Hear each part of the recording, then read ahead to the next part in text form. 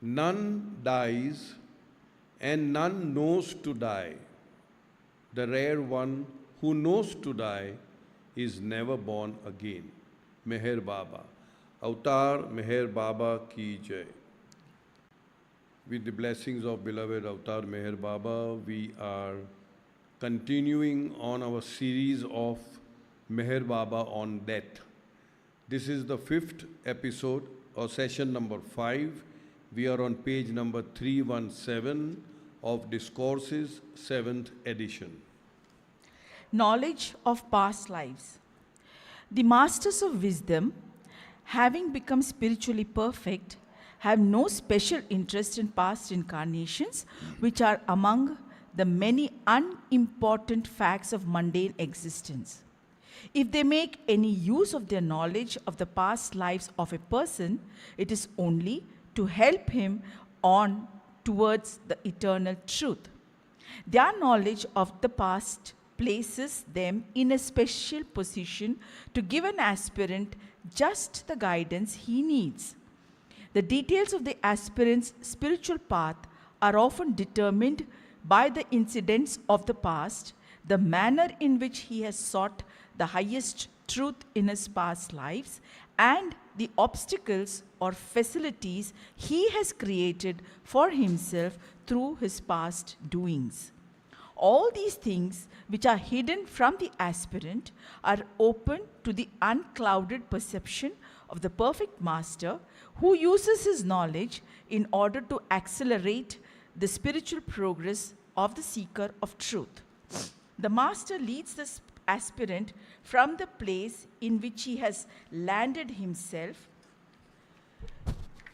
through the experimentation and search of several lives. In spiritual matters, as in mundane matters, greater and unerring knowledge means economy of energy and time. All right. Knowledge of past lives.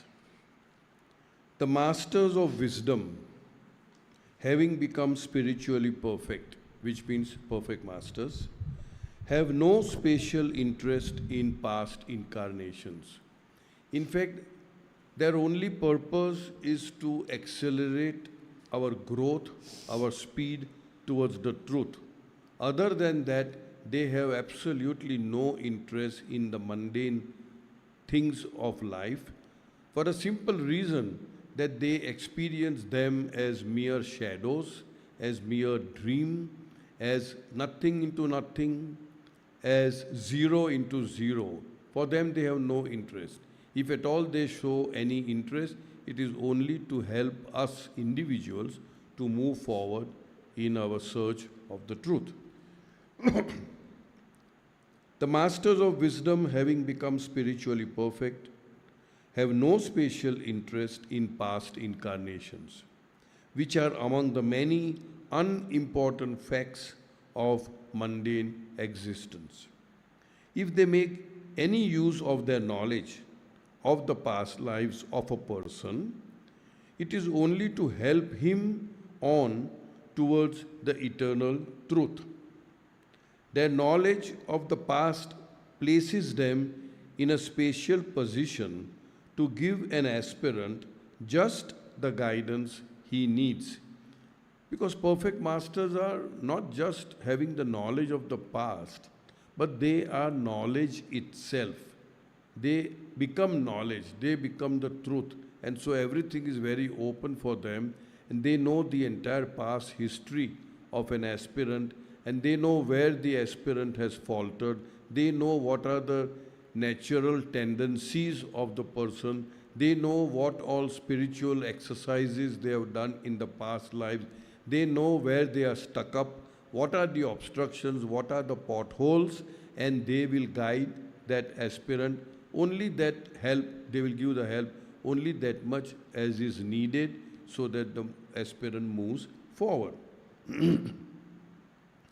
The details of the aspirant's spiritual path are often determined by the incidents of the past, the manner in which he has sought highest truth in his past lives.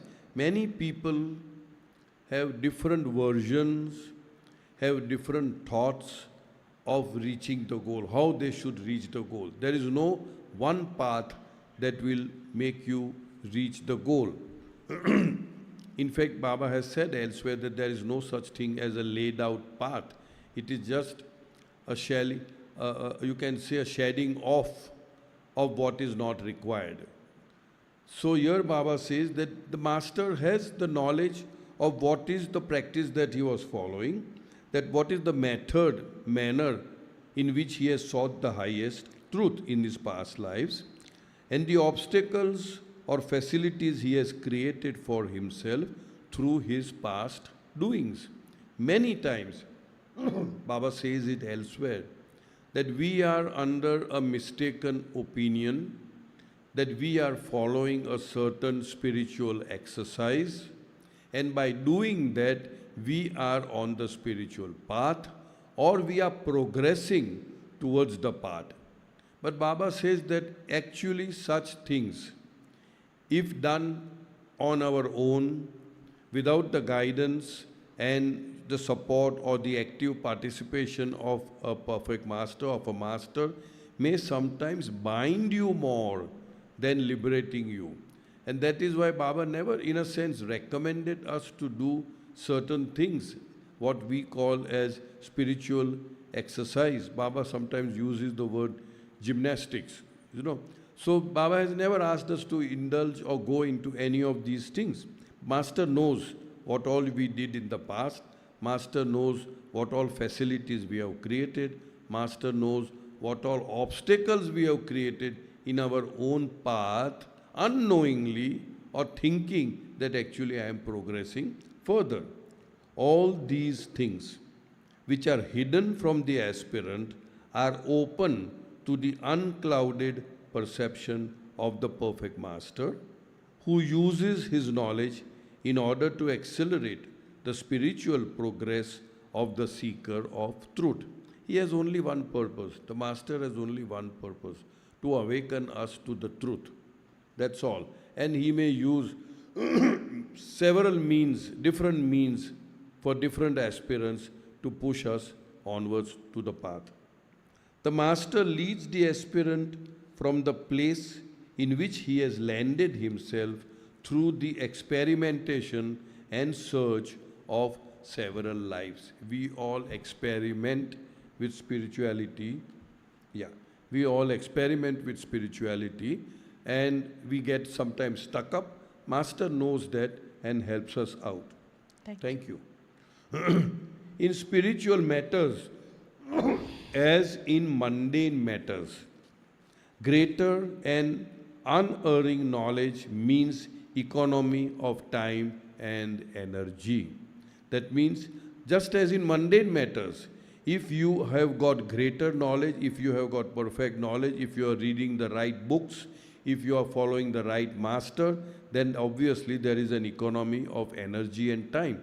But if we are waylaid into doing something which is not going to help us, actually we are extending our period in terms of reaching the goal. So here we are ending this particular part 3. I have a little deviation. I have 2 stories. One I will say from memory, and the other I will ask Soumya to read. It's a little longish, but I think it's worth, it's beautiful, it's very interesting, I would say. All right. There was a man who had loaned a huge amount of money to somebody who was living very far, several days' journey. And that person was not returning the money to the person who had loaned this money. After a long period of time, this person who had loaned money is telling his own young son that this is the place, this is the address, this is the man, please go and get back our money which we had loaned a long time back. But before the boy ventures out on this long journey, the father, gives three important advice. One is that do not sleep when you are walking, and if it is night, if it is dark, do not sleep under the tree. Sleep anywhere else, but do not sleep under the tree. The second advice was that if you have, on the way to reaching the person's house, if you have to pass through a certain city, don't stay inside the city. That was the second advice. And the third advice given was that once you collect the money from the person who has debtor, from the person who has taken the money and was reluctant to return the money, once you have taken the money, immediately start off and return home. So these were the three advices given by the father to the son. But he also gave one fourth important advice, that perchance, if you come across a traveler who is going the same way and whom you feel is a, what should I say, an experienced traveler, somebody who has traveled this path often, then you take his advice and do whatever he tells you to do. So these are the advices given, and the son sets off. He walks a certain distance, and then he comes across a certain place where he meets one elderly gentleman, and they begin to talk. So the elderly person asks the young man, "Where are you going?" So he says, "I am traveling to so-and-so place. This is the address where I want to go." So he says, elderly person says, "Oh, well, what a coincidence. I am also going somewhere on that side. Would you mind if I accompany you? Would you mind if we can travel together?" So the young boy remembered the father's advice that if you find somebody who is a traveler, and he said, the elderly man said that this is my regular path, I keep going and coming in that way. He had to go much further, but this is the path. Young man says, "Okay, well and good, we'll go." Now as they are walking, dusk time, it's getting darker and darker. So the elderly man tells the young boy, "Okay, let's spread ourselves here under a tree and let's spend the night here, and then tomorrow morning we'll again start walking." The boy remembers the father's first advice not to sleep under the tree. But again the father said that if you feel that there is an experienced traveler with you, then you follow his advice. So yes, he said, "Okay, let's sleep under a tree." So they both sleep under a tree. The night was very peaceful, nothing happened, and in the morning they get up and again continue to walk towards the goal, towards the place where he was supposed to meet the debtor and collect the money. Again the same thing, they walked the whole day, they had their breakfast, their lunch on the way, and by the time the night fell, they were just at the boundary of a city. And the father had said not to sleep inside the city. In those days, there were cities which were small kingdoms. They were all fenced with gates and everything. And each king had their own laws and old rules, and nobody can flout those rules. So in that city, there was a king, and he had a beautiful daughter, and he was out to marry his daughter. And the daughter got married so many times. The point is that the man who is willing to marry his daughter, the king's daughter, has to spend a night before the marriage with the daughter. And if everything works out well, they will talk, they will do whatever. And if everything works out well, then the next day or a few days thereafter, the marriage ceremony would be concluded. And so many wealthy, handsome men would spend the night with that lady, but they would be dead in the night. So in the morning they would get the news that the boy died. And this is not once, several times it happened, for whatever reason. And they had this, what we call as the CID, the people who know that if some young, handsome, virile person enters their gate, enters their city, then he should be caught and brought to the king, and the king will ask that boy to spend the night with his daughter. That is the story. So obviously when these two people went in, the boy was accosted, the boy was caught and said, but this is the rule of this city, you will have to spend the night with the king's daughter. And if the daughter likes you, then you will have to get married to her. Now this old man says to the boy, okay, perfectly okay, you go and spend the night, but he very secretly gives a certain advice to the boy, which we do not know what. So the man says, remember to follow my advice when you spend the night with that girl, with that woman. So he goes in and comes out, what should I say, alive, which has seldom happened that any man who spent the night with that girl ever came out alive. He was alive, so where everything was fine, then they again started walking further. So even though the father had said, do not sleep inside the city, he slept inside the city, and yet he was unscathed. Nothing happened to him. Then they are moving on. Again, one day goes by, and they come to the debtor's home. Knocks at the door and says, I am so and so. My father had loaned you this money, and now he has sent me to get the money from you. And the debtor was very happy. Oh, I'm so glad that you came. Yes, I have the money ready. Don't worry about it. Here is the money, a huge sum of money. Here is the money. You can take it. And the boy was to return because the father had said that immediately after taking the money, you must return home. But the debtor says, you've been coming from a long way. You have walked so many days. You must be tired. Why don't you do one thing? Spend the night here. Tomorrow morning you can go. So again, the young man is looking at the elderly person, the companion, and the companion says, well, it's okay, we'll stay on, doesn't matter. So what had happened was, this particular man who was the debtor had two sons. They were sleeping inside the room, and these two strangers or these two people, the guests, were asked to sleep on the veranda. They said, we are okay with the veranda, we don't mind. We'll just walk away early in the morning as the sun rises. We'll just walk away, we'll go away. Thank you very much for your hospitality. And they slept outside.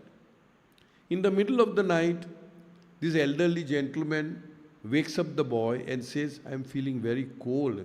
It's very cold out here. Why don't we knock at the door and request these two brothers to please exchange places so that we can be a little more cozy inside the room rather than shivering on the balcony. So they make a request, and the boy said, it's perfectly okay, we are young, we are strong, we don't mind, it's a matter of now a few hours only, now there'll be sunrise, and okay, that's fine. So the two of them go inside the room, the debtor's son and the elderly man sleeps comfortably on the bed, and these two sons of the debtor sleeps outside on the balcony. They go to sleep. Early in the morning, these two people the strangers, guests you may say, they hear a roaring of crying and weeping and wailing and something, and all of a sudden they wake up and say, what happened? So what had happened was, these two boys who were sleeping outside were murdered. They were killed. Now actually they were killed under the instructions of the debtor himself, because he thought that these are the two men who had come to take the money, so they were all covered up, and he did not know that they have exchanged the places in the middle of the night, and they were murdered, and he was aghast to find out that by his own instructions, his own men have killed his own two sons. And he was absolutely distraught. He was just broken down. And the two who were sleeping inside, they also very profusely exhibited their sorrow and said, "We are so sorry for this, what had happened, we are very unhappy about this thing." And then they started on their way back. The son had to come back and the elderly man had to move forward. Then the son is saying, "Can I ask you a question, sir?" He said, "When I left home, my father gave me 3 advices. 1, do not sleep under the tree. 2, do not sleep in a city. And 3, as soon as you take the money, come back home. Don't stay for a longer period. All these 3 advices given by my father, I have disobeyed. And yet, I find that I am safe and sound." Then the old man said, "But didn't your father give you one more advice? That if you find somebody whom you feel is an experienced traveler, then you follow his advice." So Baba, this is the story which was narrated by Baba. So Baba sums up the story by saying that that elderly person is like a perfect master. The general rules of the religion, do this, don't do this, all the rites and rituals, they are very good. They are very sound advices. The father gave very sound advice.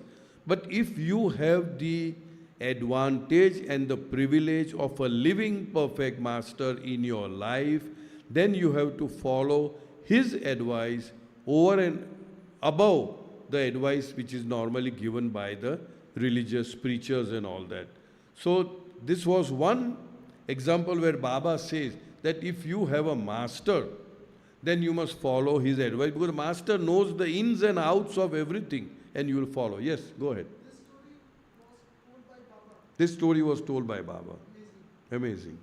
Now there's another story which is a little longish, but I don't mind saying it. It might cover the entire time, 1 hour. It may not cover 1 hour.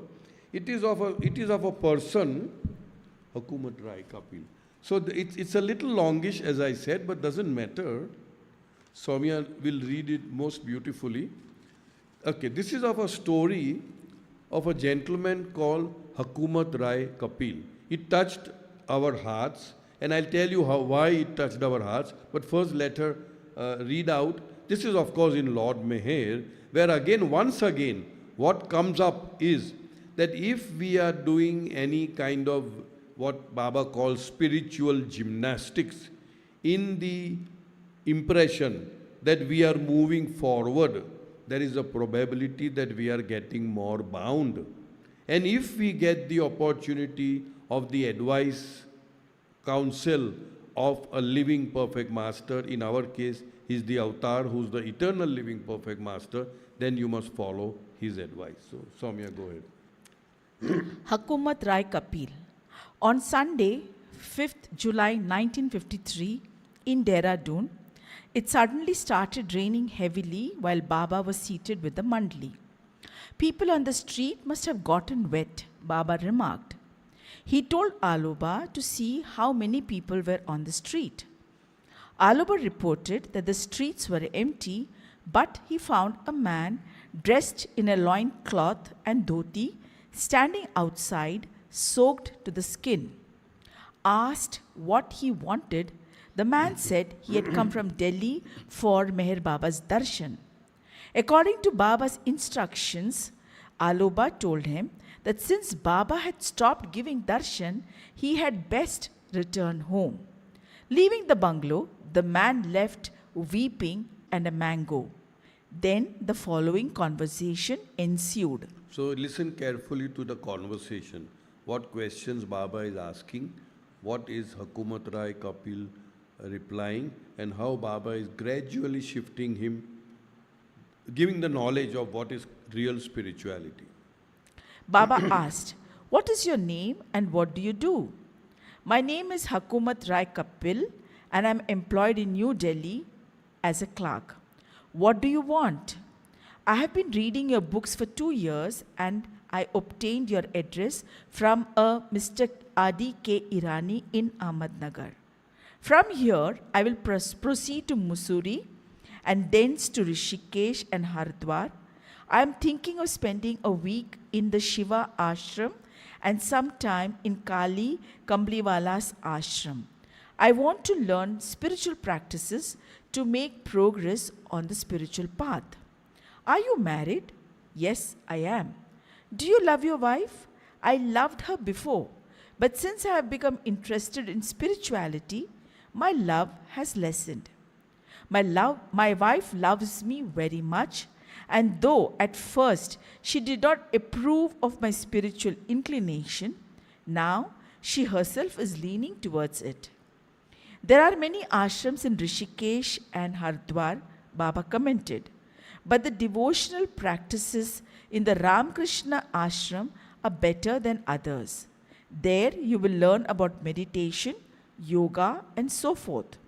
But these Ramakrishna himself never practiced in his life. But tell me, you desire spiritual training. What sort of spiritual training? I don't quite grasp what you mean. I have read about them in books but don't know how to do them, such as breathing, inhalation, and exhalation. So, what name of God to repeat? I want to learn these things. What is your objective? Baba asked.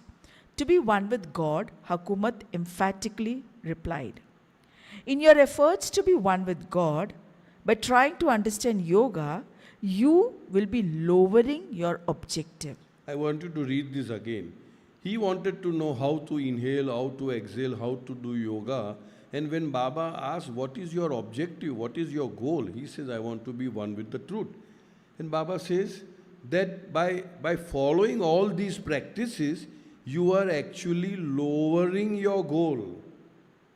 Try to understand. Can you read that again? It's a very profound thing that many people do this thinking that they are progressing towards the truth, but that may not be so. It may be they are getting bound all the more, In your efforts to be one with God, by trying to understand yoga, you will be lowering your objective. How to inhale, how to meditate, what posture to assume, these are all exercises. These are all exercises. Only heroes can realize God. The path leading to Him is quite different. God wishes that we attain Him most naturally in our day-to-day life. It does not need meditation. Numerous yogis and swamis in the world are still unaware of God. They follow the path of meditation, yoga, pranayama, and guide others in how to do other spiritual practices. Instead of emancipating, these bind the seekers more. I would like to read this again because it's very potent, very powerful. Sorry, okay. Only heroes can realize God. The path leading to Him, that is God, is quite different. God wishes that we attain Him most naturally in our day-to-day life. It does not need meditation. Numerous yogis and swamis in the world are still unaware of God. They follow the path of meditation, yoga, pranayama, and guide others in how to do other spiritual practices. Now this is important. Instead of emancipating, these bind the seekers more.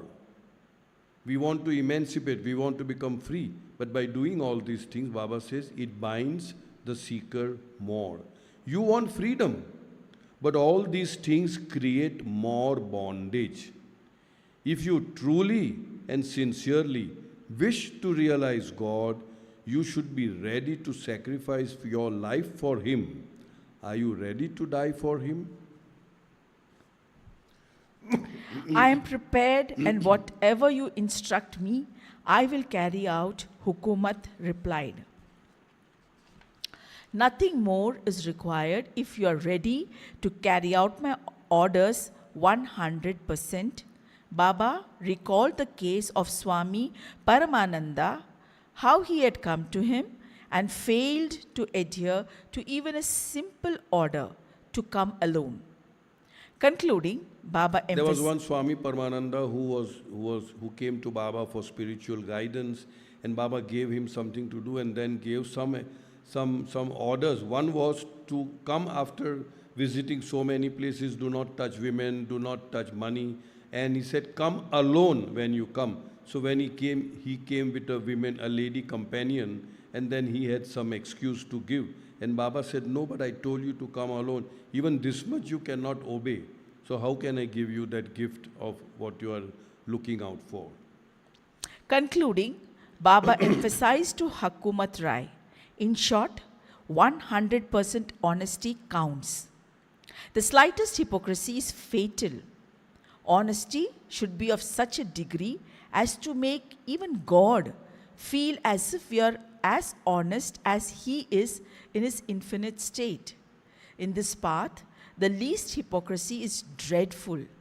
If you desire to lead a yogic, disciplined life, go in for drills at some ashram. Go to saints and seek their guidance.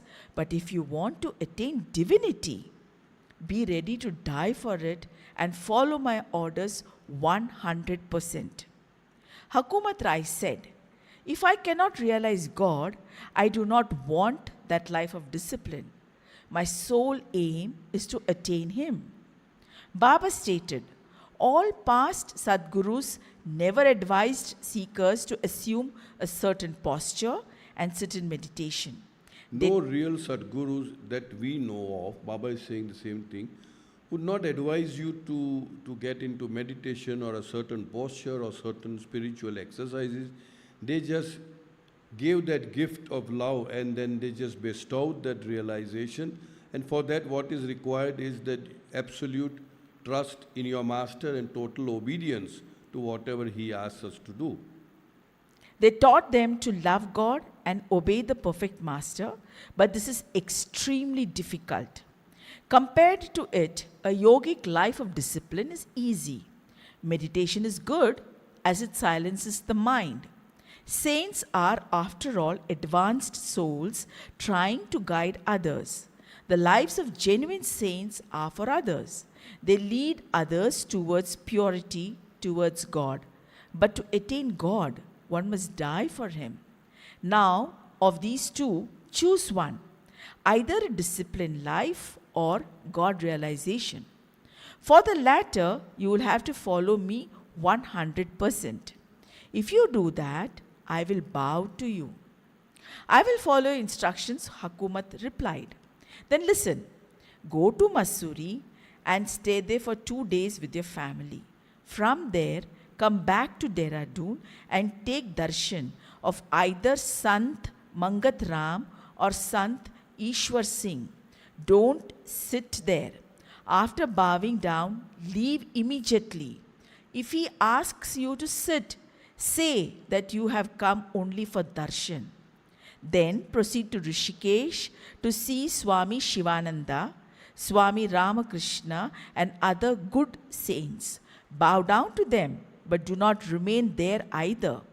Also, visit one called Nilkanthwala Mast in Bhajan Ashram and bow to him. Then touch the feet of 101 sadhus. From Rishikesh, go to Hardwar. There also bow down to 101 sadhus. While doing all this, do not tell anyone that I have ordered you to do it. When you finish bowing down or touching the feet of saints and sadhus at all the places I have told you to go, then write a letter to me. Thereafter, after you leave from work expires, return to Delhi, and when I send for you, come to me, leaving everything prepared to obey me 100%. Lastly, try to love your wife as much as possible before I call you. At the end of the interview, Baba beckoned Hakumat Rai close and gave him some raisins as prasad. Hakumat Rai obeyed Baba's instructions and waited for his call. The wait itself was the best spiritual practice possible, and it continued for the rest of his life. He would come to Baba occasionally during functions, but the call was constantly postponed. Baba said, Baba would say, be ready for my call and come when I call you. So Baba would call and he would come, and Hakumat would be under the impression that Baba would now make him stay with him forever. Because that was his icha, that was his wish, that Baba make Hakumat stay with him forever. And this happened quite a couple of times. But Baba never told him to stay. Baba would say, no, you obey my orders, go back home, do your duties, follow your... And then that is how it happened. Now this information, I somehow I liked it, because here again Baba is saying that nothing is higher than obeying the perfect master, obeying the avatar. All this disciplined life is really very good, but it only creates more bondage, because the person who is doing it thinks, feels and believes, I am the doer. The ego is there, and therefore it binds him with good karmas. But good karmas are also bondage, and so also are bad karmas. So that's why I wanted to read that. And when I narrated this episode in the Delhi center, they always have a program on the 1st, 2nd, 3rd of December every year. And we get called, we've been called a couple of times. So the last was, I don't know, maybe 3 years back or whatever. I narrated this story, and dispersed, everything was over. One gentleman comes to me and says, sir, I would like to speak with you. So I said, please go ahead. And he introduces himself as the elder son of Hakumat Kapil. I was so joyful. And I said, I wanted to know more, because Lord Meher stops there. After that, what happens, nobody knows. It stopped. I said, after that, what happened? Did Baba make him stay with him? So he said, no. Every time my father would be so hopeful that Baba calls and now I'll have to stay. So he tells everybody, bye-bye, now I may not come. But Baba again sends him back. That's finally what happened. So he said, finally, this happened a couple of times, but my father remained very close to Meher Baba, obeying each and every order that Baba gave at different times. During his last days, dying time, what you can say, days, he was bedridden, he was on bed. And before that, Baba had given some instructions to Hakumat Rai. That is not given in Lord Meher, where he was supposed to seclude himself in a room for a couple of maybe weeks or a month or something, not to talk to anybody, not to meet anybody. And this son was the one who would pass on the chai, nashta, the breakfast, tea or whatever it is, through a half-open door without seeing the face of the father, and he would just pass on the plate, he would eat, and again the empty plate would come. And this happened for a month or whatever that may be. That much he remembered. And then he was on his deathbed, Hakumat Rai, and the family was together, and the wife, who was not originally in favor of his, leaving everything and running after sadhus and saints and all that, his wife would keep reminding Hakumat Rai, because they knew that these were his last moments. Remember Baba, take Baba's name, remember Baba. Hakumat Rai would just keep on smiling, without saying anything. Then finally he says, Baba has come to receive me. I am seeing Baba at my bedside. He has come to receive. What is the point? What is the question of remembering? He is there right in front of me in order to take me into his fold. So he achieved his goal of becoming one with the truth. Baba kept his promise that if you follow my orders, I will give you what you want. So again here, why I brought this subject up here is because we were reading just now that to an aspirant, if he, if he does things on his own, it is good. We are not saying it is not good, but it will bind him. But when he does something under the instructions of the master, then that does not bind him. Because for a master, he is not one life but entire lifetimes, right from the start of creation.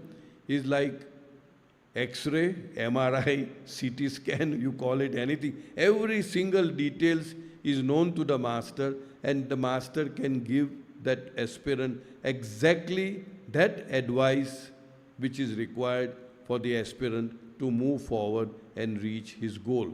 So these were the two stories where the emphasis is on master's participation in our own life. So that now we have completed this chapter. We are on part 4. Well, what time are we supposed to be stopping? We are doing 1 hour now, huh? 20 minutes, great. Reincarnation and Karma, Part 4, Specific Conditions of an Incarnation. Sex, a specific form of duality. The individualized soul has its beginning and source in the infinite, formless, sexless, and indivisible being of God, who is beyond all forms of duality or evolution. With the beginning of the individualized soul, there is the beginning of duality and evolution, though the specific form of duality consisting in the distinction and attraction based upon sex makes its appearance at a later stage of evolution. Duality exists as soon as there is subject and object, a center of consciousness, however dim, and its environment. Sex, on the other hand, is a specific kind of bodily attraction that presupposes differentiation of forms, a specific kind of entanglement of the psyche with the form, and specific expressions of life and energy. All right. The individualized soul, that means in the beginning there was only one soul. We call it the oversoul, the Paramatma. There were no Atmas. Then with the whim, the urge, the hooky, the who am I, the halchal happened, the bubbles got formed, and there was an apparent separation of the drop from the ocean because of the existence of bubble. Bubble of mind, bubble of individuality, bubble of illusion, call it anything, ignorance, call it anything. The individualized soul has its beginning and source in the infinite, formless, sexless, and indivisible being of God, who is beyond all forms of duality or evolution. That means that is the beginning. The original aspect is formless, sexless, and indivisible. But all these divisibility, sex, form comes into being the moment the duality is created. Duality means the subject and the object. Duality means the center of consciousness as I and its environment. That is where the duality props up. With the beginning of the individualized soul, there is the beginning of duality and evolution. We all know evolution started from who am I, gases, stones, metal, mineral, etc., etc. With the beginning of the individualized soul, there is the beginning of duality and evolution. Though the specific form of duality consisting in the distinction and attraction based upon sex makes its appearance at a later stage of evolution. There is no differentiation of sex in the gases, in the stone, metal, minerals, slightly it is there in the vegetables, but it is not direct, it is indirect through birds and beasts, as we say. And then, of course, gradually in the insects, and still more fish, bird, animals. In animals, it's quite pronounced, and we inherit that when we come from animal to the human being. So here Baba says that this particular distinction and attraction based upon sex makes its appearance at a later stage of evolution. Duality exists as soon as there is subject and object. We always talk about the subjectivity and objectivity. Subject is the center of consciousness. It is the individualized, personalized way of being, and object is the environment. A center of consciousness, however dim, and its environment. Because the center of consciousness, let us say in plants, is very dim. It is still dimmer in stones, but consciousness is there from the very beginning. It is very, very, very, very, as Baba says, rudimentary, or in many places Baba uses most finite consciousness. So it is there, however dim, and its environment. So when that duality, when does it come? Center of consciousness and the environment. Sex, on the other hand, is a specific kind of bodily attraction. That means attraction based on the body, attraction based on the form. That presupposes, it is presupposing differentiation of forms. This is a male form, that is a female form, so that means there is a differentiation of form, presupposes. A specific kind of entanglement of the psyche, of the mental processes, mind, with the forms, and specific expressions of life and energy. Go ahead. Sex in subhuman forms. In the mineral kingdom, there are no sexual distinctions. In the kingdom of plants and trees, the bodily differentiations of sex with specialized biological functions have come into existence. Plants and trees do not generate sexual consciousness, since the development of consciousness in plants and trees is rudimentary and its expressions are not influenced by these bodily differentiations.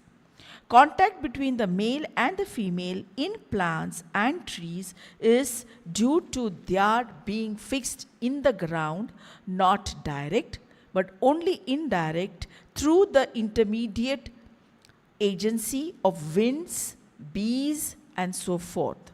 Therefore, from the standpoint of evolution of forms, sexual differentiation may be said to have begun to emerge even at the level of plants and trees, but from the point of view of their own consciousness, they cannot be said to have any sexual distinctions, because their consciousness of duality is not in any way colored by sex. In the evolution of sexual duality, plants and trees stand midway between minerals, which have no sexual differentiation, and birds and animals which have it in its complete form. Just before the soul incarnates in the first human form, it arrives at full consciousness and energy in its last animal form, which it then drops to take a human body.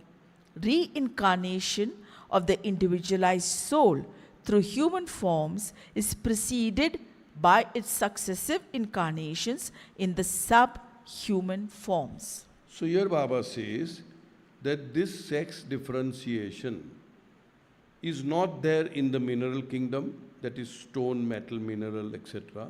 It starts very, very most finite, rudimentary in the plant form. If at all you say sex differences, there are certain plants which are male plants, there are certain plants which are female plants. But from the point of view of consciousness, it doesn't start from the plant kingdom or the vegetable kingdom. It starts later on from the birds, the birds and the beast and the human beings. So, let me read. In the mineral kingdom, there are no sexual distinctions. In the kingdom of plants and trees, the bodily differentiations of sex with specialized biological functions have come into existence. I am reminded where we used to stay in Bombay before. We had a few coconut palms to be specific, 4, just outside our home. 3 of them would give a lot of fruits every year. One has never borne any fruit. And we had somebody who was a specialist, who had many plants, many trees, who had the knowledge of plant. Without even our telling, when he visited our place, he saw that tree and said, "This is a male." So this is a male means obviously it will not bear any fruits. Now I have a wife whose name is Soumya, and I don't know what she did, but she did a miracle. She prayed to the plant to give fruits, and I am not exaggerating. It started producing coconuts after that time. So she has that power to change sex from male to female. I just called out to Baba and said, She called out to Baba and said, "Why is it that this is not giving plant? We should get the fruits and all that." So it started giving. I think the first one that came was such a small coconut, what we call as, what do we call? Abortion? No. When it normally drops, when a baby drops. Yeah, abort. Is it no abortion? No, miscarriage. Miscarriage, yeah. Miscarriage is the correct one. So there was a miscarriage, the first baby, only this much coconut, first one, and we picked it up very lovingly and said, "Oh my God, what a transformation." The male has become a female and started produce. And thereafter it produced a lot of fruits. That's one story, which is very peculiar story. The other story, it has nothing to do with what we are doing, but it's something very peculiar. We had a mango plant. It did not bear fruits for a long time. And as usual, I think maybe she called out to Baba or whatever it is. It started bearing fruit. Only one fruit. One mango came, and it may sound very crazy, it may sound impossible. That mango was salty. It was a salty mango. She tasted, she just tasted. I said, "Oh my God," as if somebody has put so much of salt in it. So by the by, this is just, all right. So here Baba says, distinction of sex in plants have started. We know there is a male plant and a female plant. In papaya, and many plants, you can make out that this will produce fruits and the others would not. Yeah. In some species, there is a differentiation between male and female plants. Yeah. In some plants, there is no difference. Yeah. Right. Correct.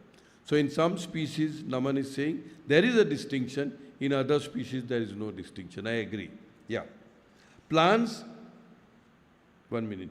In the kingdom of plants and trees, the bodily differentiation of sex with specialized biological function have come into existence. Biological function would perhaps mean that they would bear children, they would bear the fruits. Yeah, correct.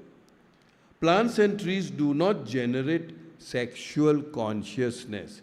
So although the biological difference is there, although the sex differentiation starts from plant, from the consciousness point of view, the plants do not generate any kind of sexual consciousness.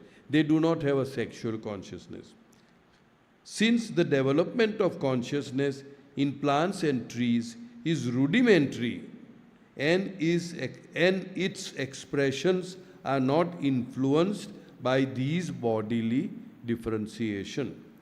Contact between male and female in the plant and trees is due to their being fixed in the ground, that is bracketed, not direct but only indirect. There is no direct contact between a male plant and a female plant. It's an indirect contact through the intermediate agency of winds, bees, and so forth.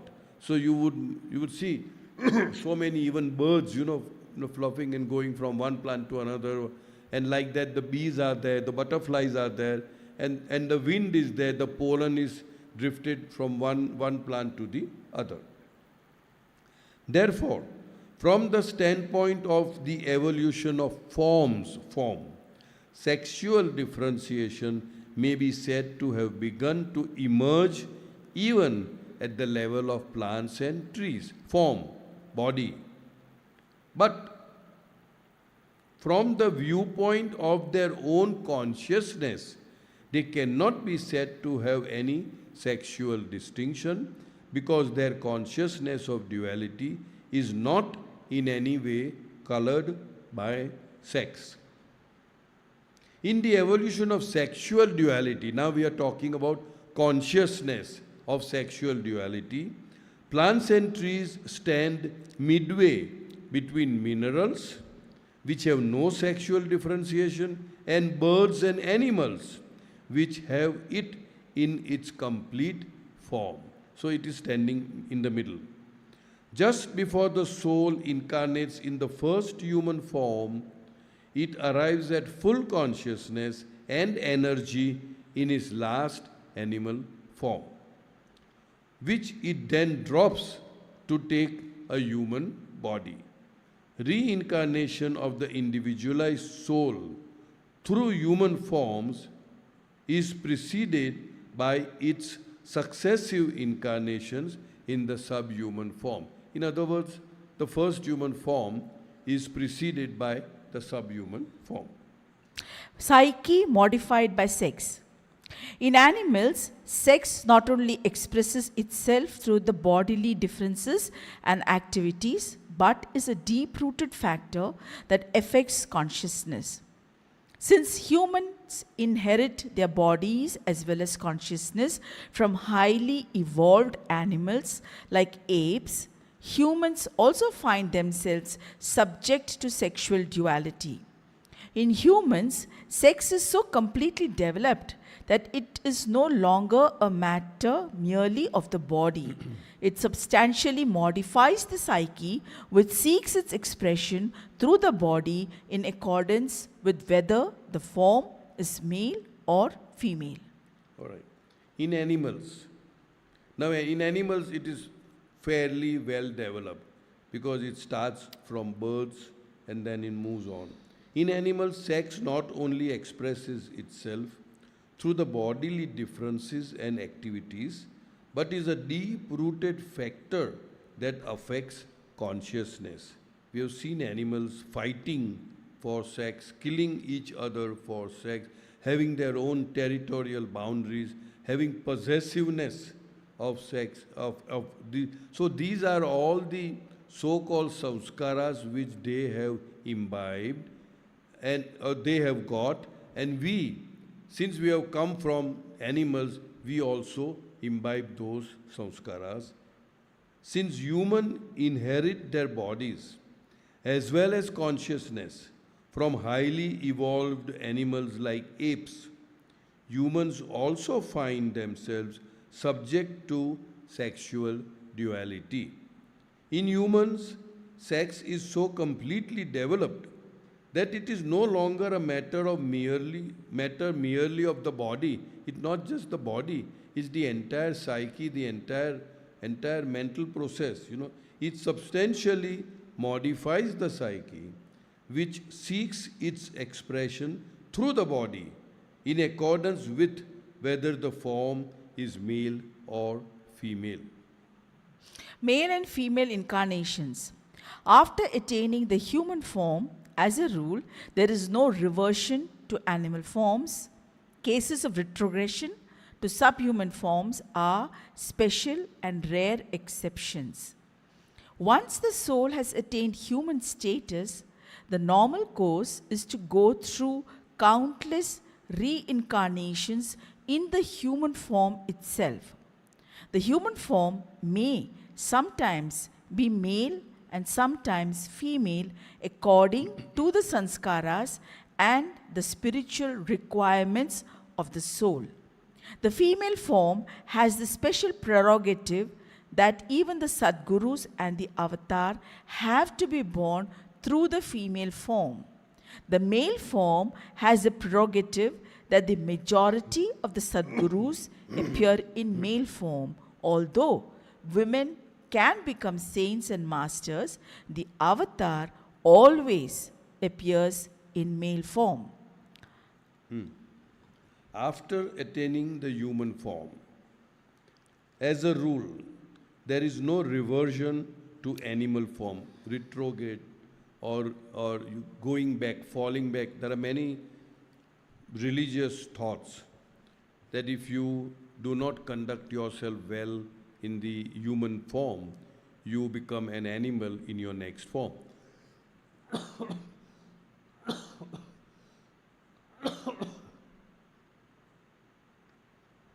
Sorry.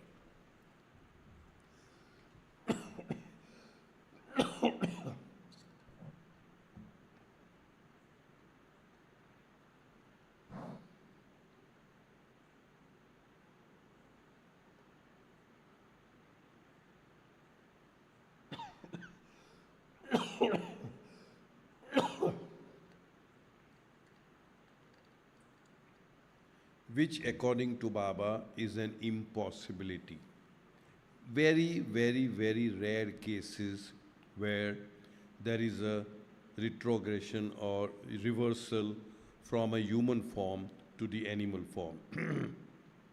And again, extremely rare case when there is a misuse of powers on the fourth plane by a Mahayogi or a Kuber, then he goes back all the way down to the stone stage and he has to start his journey again. But these are very extremely rare cases. So Baba says, once are special and rare exceptions. Once the soul has attained human status, the normal course is to go through countless reincarnation in the human form itself. And we have done reincarnation is not a real death.